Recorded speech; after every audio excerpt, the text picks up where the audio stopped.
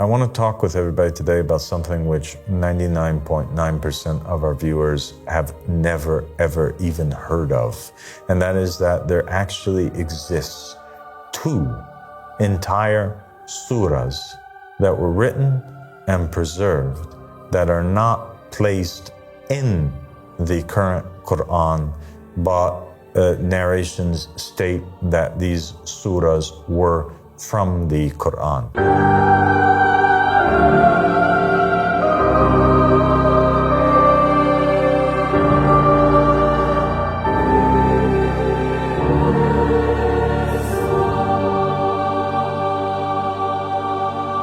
أعوذ بالله من الشيطان الرجيم بسم الله الرحمن الرحيم اللهم صل على محمد وآل محمد الإمام المهدينا وسلم تسليما السلام عليكم ورحمة الله وبركاته. And my dear brother and companion Sanad. Wa alaikum assalam wa rahmatullahi wa barakatuh, Sayyidi. Thank you for joining me. Thank you for having me. God bless you. So today we're going to talk about a really important topic. And the topic is actually, it's an answer to a lot of people that consistently ask this question. The group of people that basically are Quranists, or they are people that reject largely the narrations of the Prophet Muhammad sallallahu alaihi wasallam, and say that a lot of corruption has taken place and that the only thing that we are obliged to follow is the Quran. So they basically take the same stance as Umar ibn al-Khattab did on the night of or a few nights before the passing of the Prophet Muhammad sallallahu alaihi wasallam, when they were all gathered at his deathbed, and he asked the Muslims to gather for him a piece of paper and a pen in order that he may write down something, right? A narration of his words, that if they would follow it, the nation would never go astray. He was interrupted rudely by one of the companions, and that one was Umar ibn al-Khattab. He was identified as Umar in other narrations. And he said the Prophet is delusional, he's hallucinating, he's unwell. The book of Allah subhanahu wa ta'ala is enough for us. We have the Quran, we don't need anything else. So the people that take this stance and they reject the narrations and they only want to follow the Quran, these guys are the copy-paste images. These are the mini Umar ibn al-Khattabs that follow that particular path. And not just Umar, but some of the other companions, such as Abu Bakr, that after the passing of the Prophet, for some reason, they decided that it would be too much of a fitna if the people continued to hold on to the sayings of the Prophet Muhammad. They seemed to be afraid of what the Prophet might have told some people in secret. And so they gathered up all of the sayings of the Prophet Muhammad sallallahu alaihi wasallam, and they commanded that it be burnt, and the only thing that remained be the Quran itself, right? Or the words of Allah subhanahu wa ta'ala on the tongue of his messenger, the Prophet Muhammad sallallahu alaihi wasallam. But something really interesting takes place, And like I said, this episode, it's all geared towards responding to these people that continuously ask the question, if there is such a thing as an Imam al-Mahdi, right? Or there is such thing as Mahdis, or if there is such thing as the Walayah, or the successorship of the Imams after the Prophet Muhammad sallallahu alaihi wasallam. This is an extremely important thing. Why hasn't this thing been mentioned in the Quran if it is so important and somebody's heaven or hell, their afterlife would depend on it? And for the person who enters into Islam or was born into Islam and doesn't know any better, this is a very valid question. And it's a question that could cause a person to go into a state of doubt or not be in a place of certitude. And that's why I think it's extremely important that we address this particular topic. Yeah. First off, we want to say that in terms of the Quran itself, there is this myth that has been propagated, and we've mentioned it briefly in other in other episodes on this channel, but I want to go over it in more detail in this one. There is this myth that has been propagated that the Quran is complete. And the Quran, because of the verse in the Quran that says that we're the one that brought down the remembrance and we are the ones that safeguard it, they interpret this verse from the Quran to mean basically that they're the ones who brought down the Quran and it is God's duty to preserve it, and therefore the Quran can never be corrupted. The Quran as we have today between our hands is the exact same version and the exact same order as it came down on the Prophet Muhammad sallallahu alaihi wasallam, meaning that all of the verses are in their correct places. It's not mixed up with each other. There are no verses that are missing from the Quran, and there's no verses that are added onto the Quran. And this is pretty much what most of the Muslims today believe.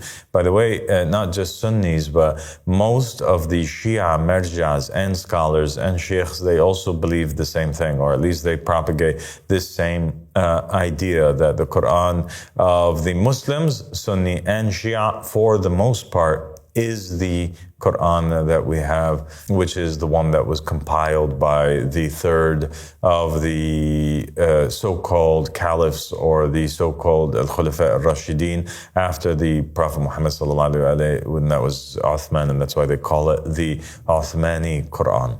This narrative that they have completely goes against the ahadith, the narrations, and the view that the Khulafa themselves held, and the companions that were living in the time of the Prophet and the Holy Prophet sallallahu alaihi wasallam's household themselves.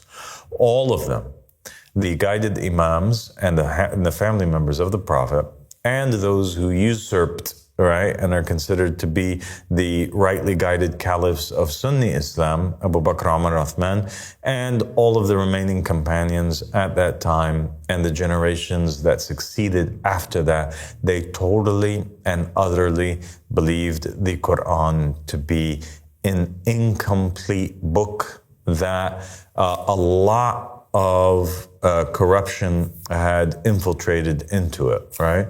And that its form right now was not the same form that it was in the time of the Prophet Muhammad sallallahu alaihi wasallam. And the reason why we know this is because of the evidence that was left behind.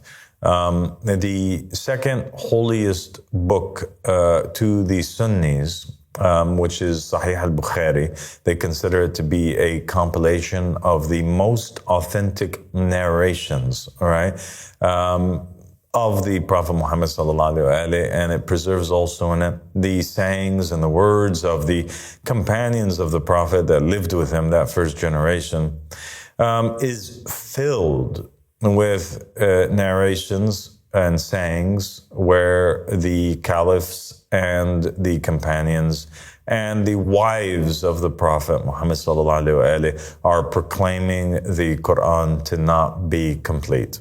You have also in the Shia sources narrations on the tongues of each and every one of the Imams from the Ahlul Bayt alayhim salam that succeed the Prophet Muhammad, all the way up to the 12th Imam, Imam al-Mahdi alayhi salam, all the Imams between those two, proclaiming that the Quran that we have is not in its current form, and that there's another Quran that was preserved, and that the meaning of the verse itself, or the meaning that God would safeguard the Quran, is explained in another verse where it says, وَكُلَّ شَيْءٍ أَحْصَيْنَاهُ فِي إِمَامٍ مُبِينٍ, and everything we have safeguarded in a clear Imam. So the Quran is safeguarded according to the household of the Prophet Muhammad, but it's not safeguarded in paper, right, on a written form, in a written form as a book. It is safeguarded in the heart, in the mind, in the soul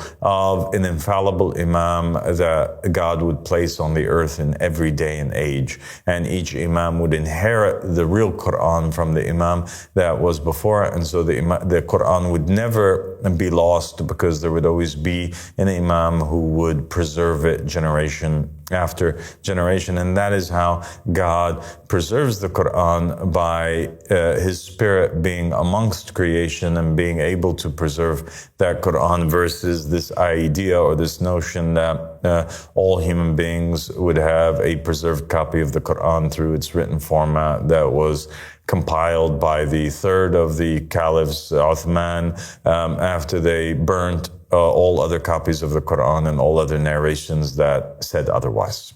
Yeah. The narrations of the Ahl Bayt alayhim salam also stated that there were many incidents that took place where people testified to, or the Imams narrated, that Imam Ali alayhi salam, after the passing of the Holy Prophet Muhammad sallallahu alaihi wasallam, he remained in his house for 6 months, not going anywhere, in order to accomplish his first task that was given to him by the Prophet.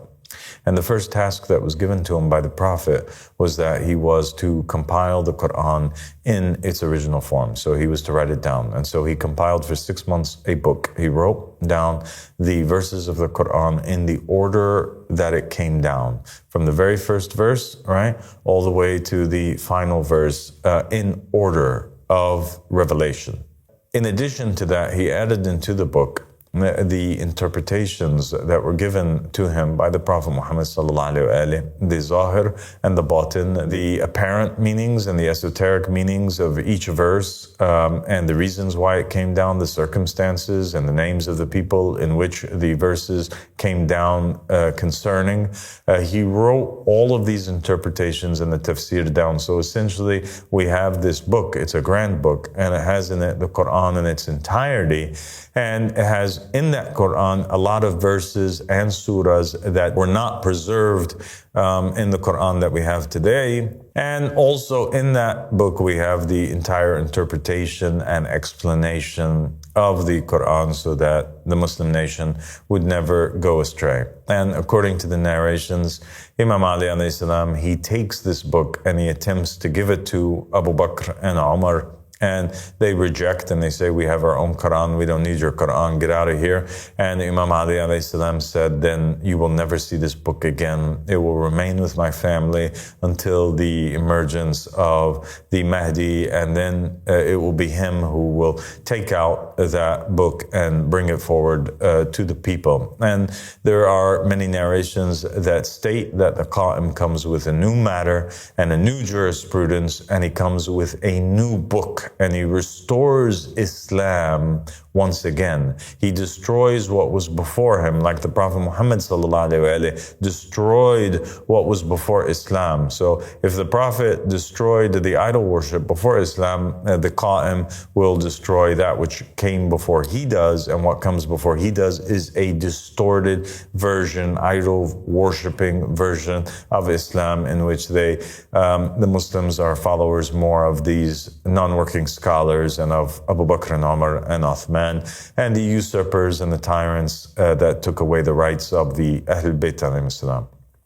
The narrations continue, and they state that he comes with a new book, and they say that he comes and basically his companions will be setting up tents in the middle of Kufa.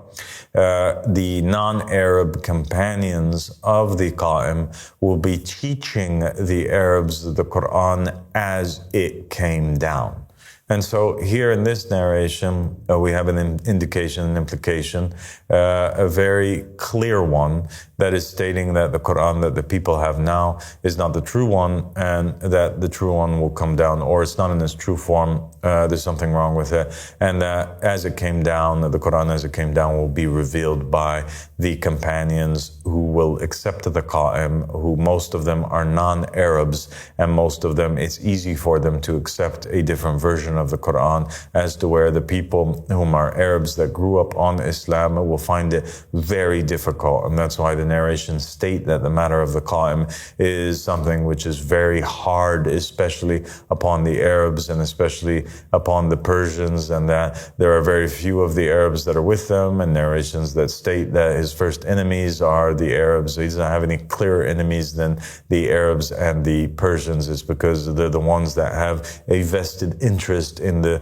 preservation of the current version of the Quran because of the fact that they were propagating it, and they were the ones that speak its language, or at least the Arabs speak its language. And another narration mentioned that nothing will be more harder upon the person that has memorized the Quran than the memorization of the Quran in the time of the Qa'im, because it comes down in a completely different form and way. And so those are a few of the many narrations that we have in Shia Islam, which speak to this fact that there is a very big problem, and the problem is the corruption of the Quran. In terms of Sunni Islam, when you go over there and you look at Sahih al-Bukhari, it's absolutely filled, Muhammad, and you know that. It's filled with narration after narration after narration, in which the companions are stating that the Quran as it is not complete. You have, for example, Umar ibn Khattab himself, who was responsible for a lot of the burnings of the different versions of the Quran. It seems like he burned versions of the Quran that contained verses that he was attached to, you know. And after the burning took place, he realized it, and he was like, oh my goodness, well, what should I do now, you know? Because I do remember this verse, which was called the verse of the stoning. He really loved to stone people, and he couldn't find the verse anymore, and so he testified. He said, you know, if it wasn't for the fact that I don't want people to accuse me of making up verses in the Quran, I would have wrote down with my own hand, meaning I memorized anyway the verse of the stoning from the Quran, and unfortunately I can't find it. Nobody preserved it, so we're just going to have to do without it. Other companions said, in these Sunni narrations, they say nobody should say that they have memorized the entire Quran. Rather say that you've memorized what has survived from the Quran, because much of the Quran has been lost. Other narrations have companions in there in which they state that there were entire surahs from the Quran that were deleted, that weren't preserved in this new version that they have. Other companions mentioned that there were particular surahs in the Quran that were the size of even Surah al-Bara'ah, you know, which was over 100 verses that were lost, or that there were other surahs that were 2 to 3 times the size that they currently are, but a more condensed version. That's all that survived with the preservation of the Quran. Narrations indicate on both sides, Sunni and Shia Islam, that 2/3 of the original Quran is lost, is gone, and that only we have 1 surviving third of the Quran that is mismatched and placed in a different order, and that words were confused in there. And you have narrations on the Sunni side in which you'll have companions saying, for example, they want me to read this verse in this way, you know, but the way that I remember it is this way, you know. I remember that they said, وَاللَّيْلِ إِذَا يَخْشَى وَالنَّهَارِ إِذَا تَجَلَّى وَالذَّكَرِ وَالْأُنْثَى. But they want me to recite it in a different way, and they'll argue with one another about particular verses and particular surahs in this way. And you have in Shia sources tons of hadiths that basically have the Imams saying, don't recite the verse in this way. This is the way that the verse came down. You have Aisha, the very wife of the Prophet Muhammad proclaiming that there were parts of the Quran, verses of the Quran that was written and it was hidden underneath the bed, and it was eaten by a chicken or eaten by a goat, and that it was lost in that way. There were conversations in which she talked about verses that pertained to breastfeeding the adult, and that these verses were changed or were taken out of the Quran or condensed mismatched, misplaced, and so you have a consensus by the family of the Prophet. And also, I wrote about this in The Goal of the Wise, and people can look at it and read about it in more details. They have to do is go to our website and go to the library section, and you can download and read The Goal of the Wise for free, or you can order a physical copy of it. And when you go to the chapter of the corruption of the Quran, I've placed in there a lot of explanation and evidence to the fact that there even exists today different versions of the Quran that are being sold actually in the Muslim world, and that if you go online, you can order these different versions of the Quran, and you can do a side by side comparison of them for your own self to verify that even today there's different versions of the Quran. So we're not even talking about something in the past, but nonetheless there's this consensus between the family of the Prophet, between the Prophet's companions, between his wives, between the caliphs, and between the people that came hundreds of years later, right? Decades and decades later, like, for example, the author of Sahih al-Bukhari and the author of Sahih Muslim, and these narration books, these were written hundreds of years later after the Prophet Muhammad sallallahu alaihi wasallam, or over 100 years later, and they contain inside of it all of these narrations, which means that the person who preserved it and verified them to be authentic narrations believes in them and adopts these views, meaning that many generations after the Prophet Muhammad sallallahu alaihi wasallam, the Muslims were united in the fact that the Quran, which is currently with them, is not the true Quran, it's a different Quran. Yes. Such a very important fact that you have proven very clearly, and it's quite and leaves no excuse to the people today to deny that the entire generation that was contemporary to the revelation of Quran and the people who have supposedly related to today, they all agree that it wasn't the version that Muhammad and the Ahlul Bayt had. So we have here, I'm going to just point out a few parts of from the Goal of the Wise, a few narrations here that we have. For example, in Sahih Muslim, we have a narration in which Abu Musa al-Ash'ari states that we used to recite a surah which resembled in length and severity Surah al-Bara'ah. And I have, however, forgotten it with the exception of this which I remember out of it. If there were two valleys full of riches for the son of Adam, he would long for a third valley, and nothing would fill the stomach of the son of Adam but dust. Isn't that incredible?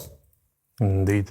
In Sahih Muslim, you have one of the companions reciting. How precious is this? How precious is this if we are looking upon a verse of the Quran that is not in the current Quran, that nobody's reciting anymore? And we're lucky enough to have that. Here we have that in Sahih Muslim. Sahih Muslim, we have this verse that they're saying was left out. He also said, we used to recite a surah which is similar to one of the musabbahat, and I no longer remember it, but this much I have indeed preserved. And he gives us another verse that's not in the Quran that we currently have. O you who truly believe, why do you preach that which you do not practice? And it also said, that is inscribed on your necks as a witness, and you will be examined about it on the day of resurrection. Subhanallah. Other companions, they proclaimed in Al-Itqani fil Ulum, another famous book which was written by Al-Suyuti. It says in there that other companions claimed that 2/3 of Surah Al-Ahzab went missing. The narration states, what is the extent of Surah Al-Ahzab? And then the companion states 72 or 73 verses. Then he says, one of the other companions says, yeah, it used to be equal to Surah Al-Baqarah. And in it, we recited the verse of stoning. Wow. What is the verse of stoning? He replied, and then he recites the verse. He says, the fornicators among the married men, as sheikh, and married women, as sheikha, stone them as an exemplary punishment from Allah, and Allah is mighty and wise. So this seems to be the verse that Umar ibn Khattab was claiming was missing. They found it, he recited it, they preserved it in these outside sources from outside the Quran. So the Muslims themselves, they're stating that the Quran is corrupt. And actually they have these verses, kind of, a lot of them, some of them, here and there in these different books. And Aisha, here's the narration. She says, no doubt the verse of stoning and the breastfeeding of adults by 10 sucklings was revealed, and it was on a paper below my bedding. When the Prophet, peace and blessings be upon him, and his family died, and we were busy, a goat entered and ate it. So she's basically saying that there's a different part of the law. Okay? Yes. Just like Umar ibn Khattab said. Umar ibn Khattab said that there's a different part of the law. There's a part of the Sharia, the jurisprudence now. Islam is not even being practiced as it should. There is an obligation upon us. That obligation, or that part of the law, is that if there's an old man and an old woman who fornicate, we have to stone them. But we didn't stone them. Okay, we don't stone them anymore because that verse didn't survive. So we're not practicing Islam as it should. We're not upholding the covenant as we should. Aisha is saying the same thing, that there's this part of Islam where if there's a man and a woman that are not mihram on each other, right, that are not related to each other, if you want to make them related to each other, then, for example, if you and there's another woman that's not your sister, not your mom, not your relative, not your wife, not your daughter, if you want to be around her and be able to hug her, kiss her, just like a son would do his mother, or a brother his sister, and never be able to marry one another, well, there's a solution for that. And the solution, according to her, was a verse that came down in the Quran where a woman, an adult woman, can breastfeed 10 times a man, and then by that man breastfeeding from her, he becomes mahram on her. Now, I'm not saying that that's correct. What I'm saying is that we have here examples of these companions and the generations afterwards stating that there are verses that are mentioned from the Quran. Do you get it? Yes.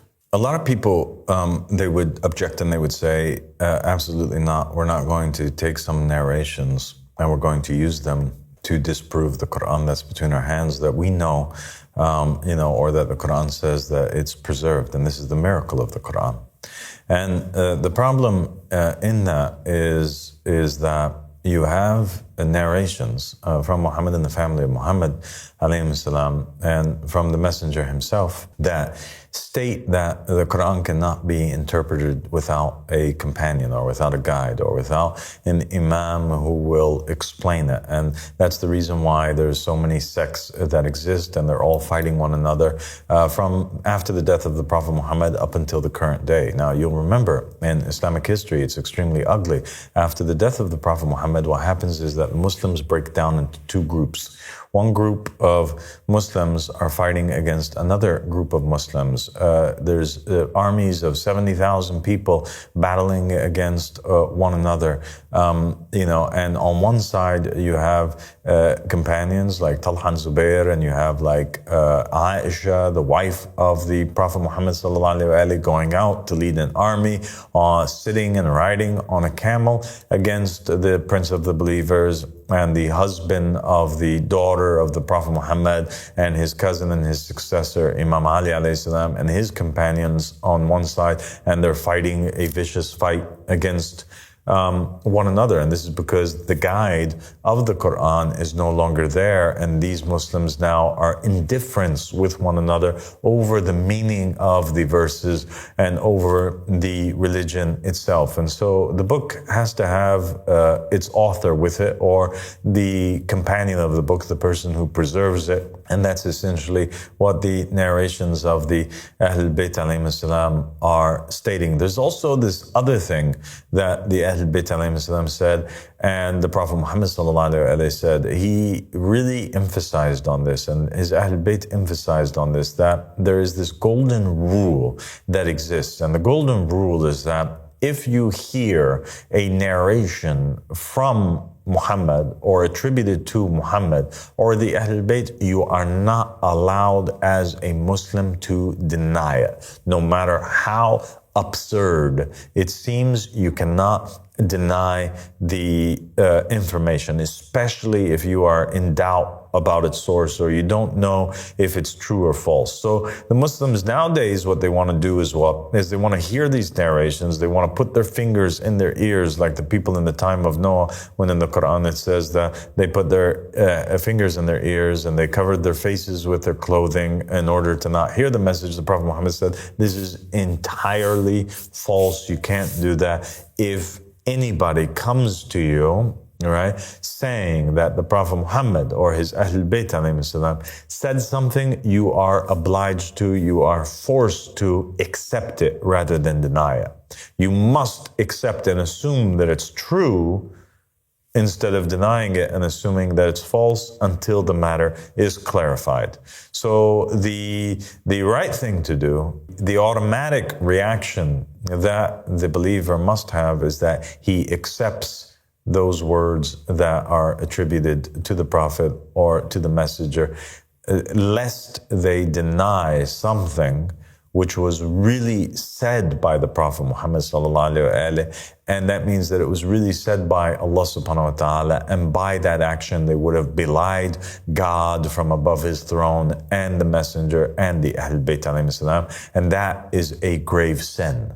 And so if you receive a news, if it's false or a made up one, then the sin of believing in it falls upon the shoulder of the person who lied and who made up the narration, until you find out for sure, without a shadow of a doubt, that it is something which is belied. After you take it back to Muhammad and the family of Muhammad and you ask them about it. But you never belie it, because belying the narrations is belying God Almighty. And so taking that line of thinking, of accepting and obeying that command from Allah subhanahu wa ta'ala on the tongue of the Prophet Muhammad and his messenger, accepting these narrations, that means what? That means that we have to accept all narrations unless proven otherwise, unless we have an infallible who tells us, right? So there's no such thing as now ilm al-rijal, or the study of the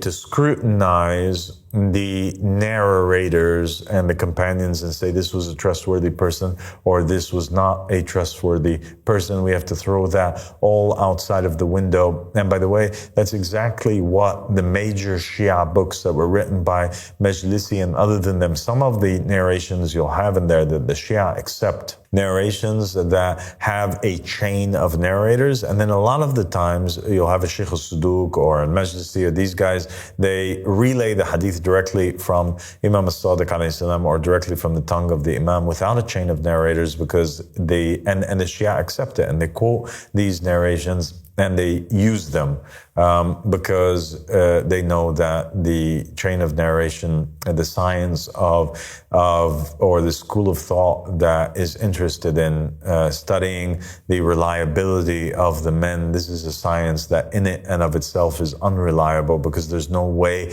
to tell for sure without a shadow of a doubt 100% as a fact that this narration came from the Prophet or not, except if you return it to a member of the Ahlul Bayt alayhim salam and you ask them. So the normal thing which we must do is accept all narrations. This is what the Ahlul Bayt alayhim salam commanded us to do. We have to assume its authenticity, that it's authentic, all right, before we assume that it's false, so that we don't belie God. And that means that we also have to assume that these verses that were brought to us, which were alleged to be from the Holy Quran, that we never, ever deny any of them. Just denying one of these narrations or one of these verses from the Quran, right, without the infallible Imam telling us that these are not from the Quran, could lead us to enter into hellfire. Yes.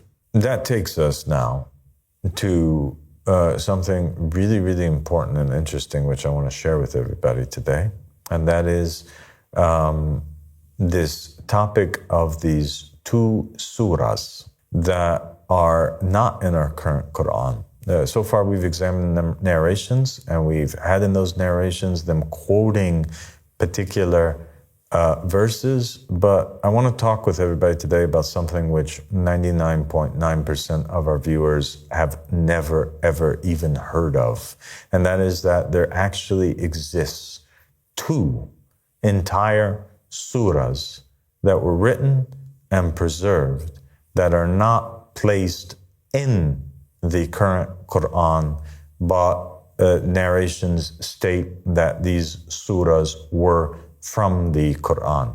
One of them is called Surah An-Nawrain, the surah of the 2 lights. And another surah is called Surah al-Walayah. Have you ever heard of these 2? No. Yeah.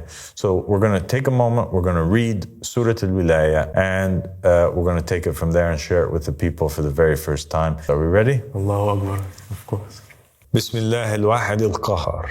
يا أيها الذين آمنوا بالنبي وبالولي الذين بعثناهما يهديانكم إلى صراط مستقيم نبي وولي بعضهما من بعض وأنا العليم الخبير إن الذين يوفون بعهد الله لهم جنات النعيم والذين إذا تليت عليهم آياتنا كانوا بآياتنا مكذبين إن لهم في جهنم مقاما عظيما إذ نودي لهم يوم القيامة أين الظالمون المكذبون للمرسلين ما خلفتهم المرسلين إلا عني وما كان الله ليظهرهم إلى أجل قريب وسبح بحمد ربك وعلي من الشاهدين. In the name of Allah, the One, the Conqueror. O you who believed, believe in the Prophet and the Guardian, whom we have sent to guide you to a straight path. A Prophet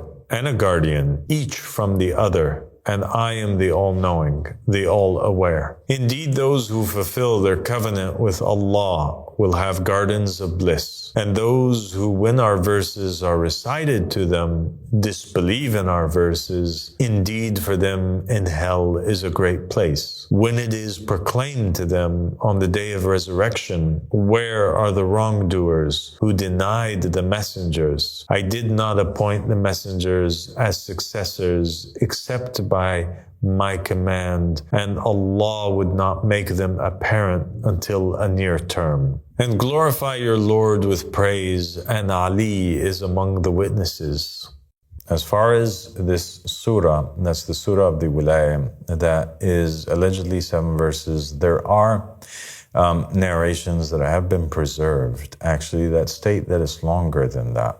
And this particular surah is significant because of its contents, and you'll understand why. So in this narration, it's a narration from Jabir Jafi, and it's available on some manuscripts that were handwritten. And this narration itself, it states that Jabir Jafi basically says that he asks Imam al-Baqir from him his light about the Quran. And he asks him the very question which we posed at the very beginning of this episode, which is, why is not the Imams, the Mahdi, the names of the Ahlul Bayt alayhim salam in the Quran if they're so important, right? And that's something that we hear a lot from Sunnis, and certainly we also hear from other people from other sects and other religions. Yes. Oh, Jabir, would he mention the spider and the mosquito and the flies and the lice and not mention our names, the Ahlul Bayt? Verily, they, meaning the enemies of the Ahlul Bayt, deleted these names of ours from the Quran in hatred of Ali and Fatima. Jabir said, "Oh, my master, can you show me the place of that in his book?" And so he said, in a surah that they have deleted, and in verses that they have corrupted. And what I shall give you, hold tight to it, or else they shall cut off your hands and your legs from the opposite sides. Know, Jabir, that it is Surah أنزلناها وفرضناها وأنزلنا فيها آيات بينات لعلكم تذكرون. a surah which we brought down and we made it obligatory, and we brought down in it verses that are clear in order that you may remember. And then he recites the following surah, which is the surah of the Walayah, but with an extension. So the surah of the Walayah, it's 7 verses, and it's available out there, and this is with an extension to it. It says, Bismillah al-Wahid al-Qahar. Ya ayyuha alladhina amanu bin-nabi wal-Walayah alladhina ba'athnahuma yahdiyanakum ila siratin mustaqim.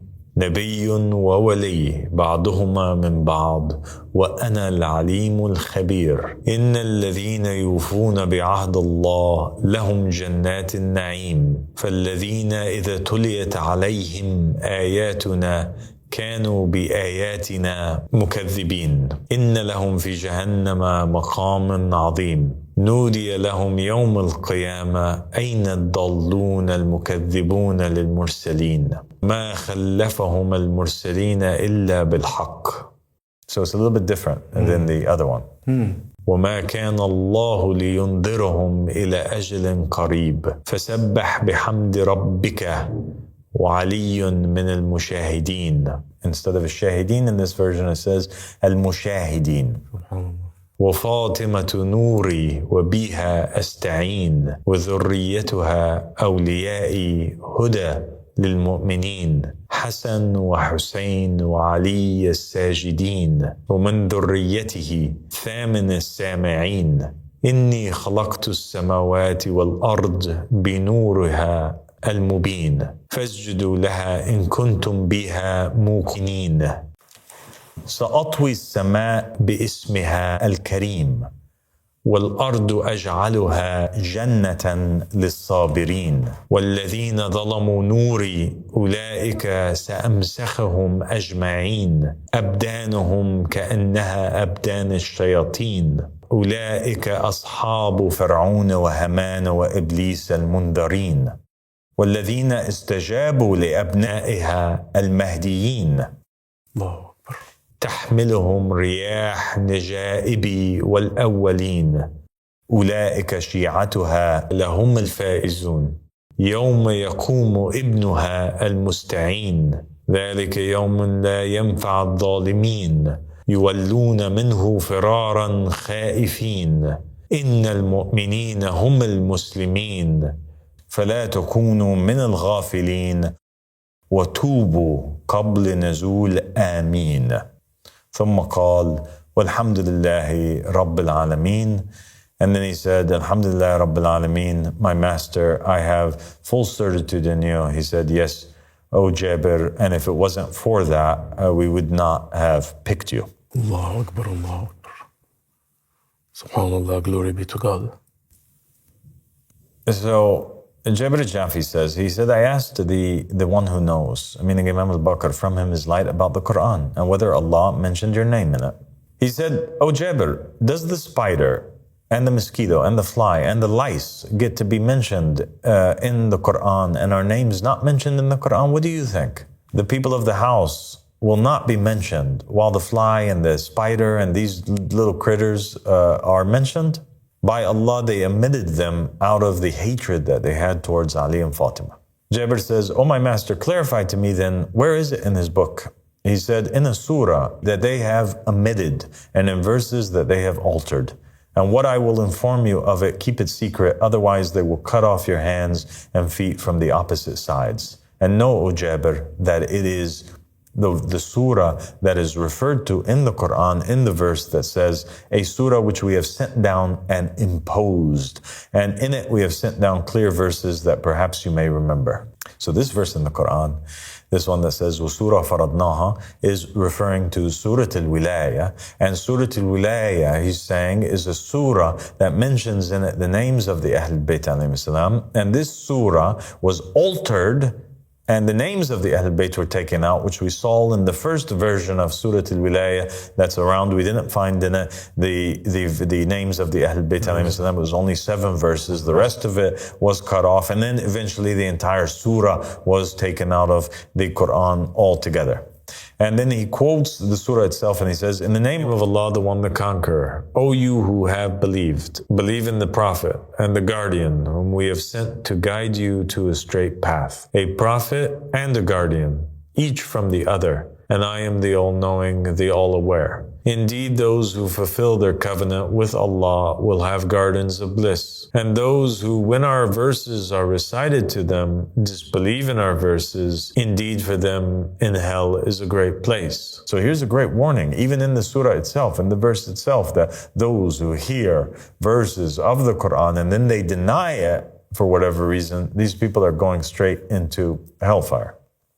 Yes. When it is proclaimed to them on the day of resurrection, "Where are the misguided ones who denied the messengers? He did not appoint the messengers as successors except with the truth, and Allah would not grant them respite until a near term. So glorify the praises of your Lord, and Ali is amongst those who watch. And Fatima is my light, and through her I seek assistance, and her offspring are my guardians. Guidance for the believers, Hassan and Hussein, and Ali the prostrators, and from his offspring the eighth of the listeners." So obviously there's a play on words. Ali as-Sajjad is mentioned in there, wa Ali min as-Sajidin, right? Yes. So it means that they're all prostrators, but it's a specific one because Ali, son of Al-Hussein, his nickname was as-Sajjad, or the prostrator. "I created the heavens and the earth by her clear light, so prostrate to her if you have certitude in her. I will fold the heavens by her noble name, and the earth I will make it a paradise for the patient. And those who have wronged my light," meaning Fatima and her Ahl Bayt, her children and her husband, "those I will put into maskh, as if their bodies are like the bodies of the devils. Those are the companions of Pharaoh, Haman, and Iblis, the ones who have been granted respite. And those who responded to her sons, the guided ones, the Mahdis."